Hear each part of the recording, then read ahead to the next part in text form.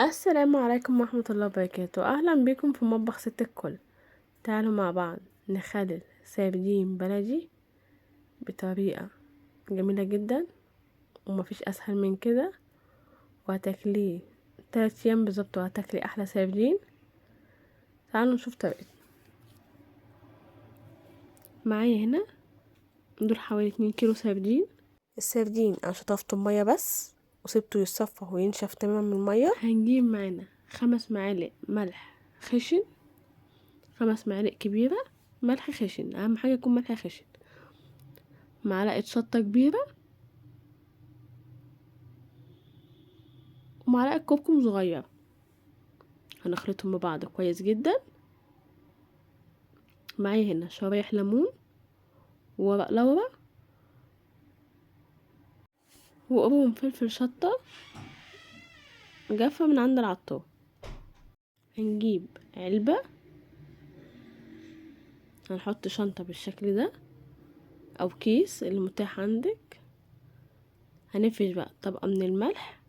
بعد كده هنرص السردين، هنرصه عكس بعض، وهنحط ورق لورا وليمون وقرون الفلفل الجافة، وبعد كده نحط بقى السردين، وهكذا هنكمل لحد ما تخلص الكمية كلها بتاعتنا.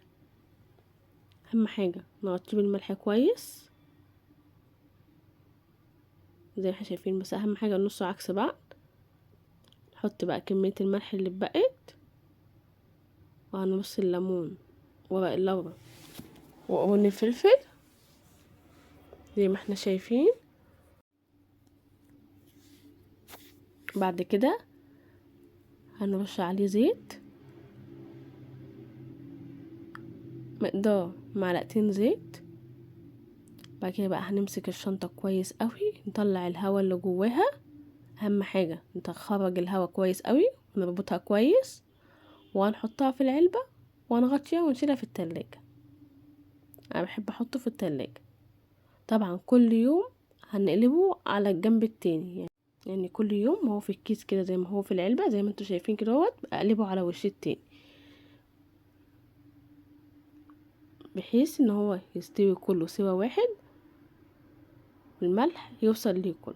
بعد 3 ايام بالظبط، 3 ايام اليوم الرابع الصبح انا فتحت عليه زي ما احنا شايفين. بعد 3 ايام شايفين بقى عامل ازاي، بسم الله ما شاء الله، دايب واستوى وطعمه تحفة والملح بتاعه مظبوط.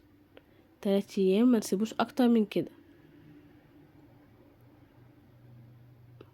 بص القشرة بتطلع سهلة ازاي بجد. جربوه بالطريقة دي، سهل جدا وجميل. هننضفه، هنشيل الراس وننضف قلبه.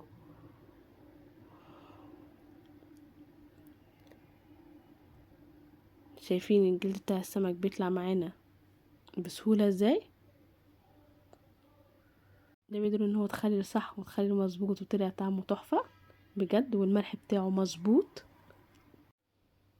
هننضف الكمية كلها، نضيفها كويس بالشكل ده.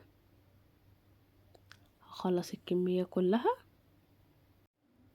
وهنشوف مع بعض هنعمل ايه عشان نحافظ عليه ويقعد معاكي في التلاجة.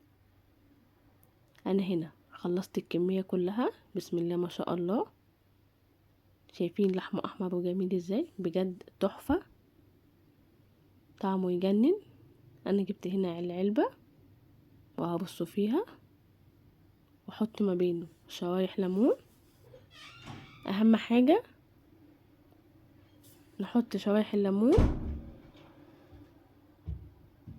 وهننزل عليه ونغطيه بالزيت. شايفين بجد شكله تحفة وطعمه احلى.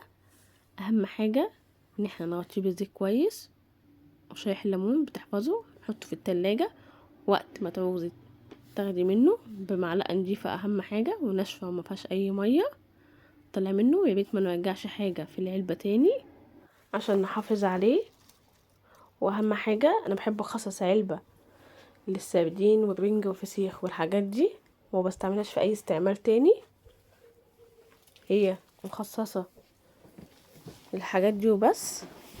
لو اول مره تشوفوني متنسوش تعملوا لايك وشير وسبسكرايب وفعلوا الجرس عشان يوصلكم كل جديد، واشوفكم فيديو جديد ووصفه جديده من مطبخ ست الكل. والسلام عليكم ورحمه الله وبركاته.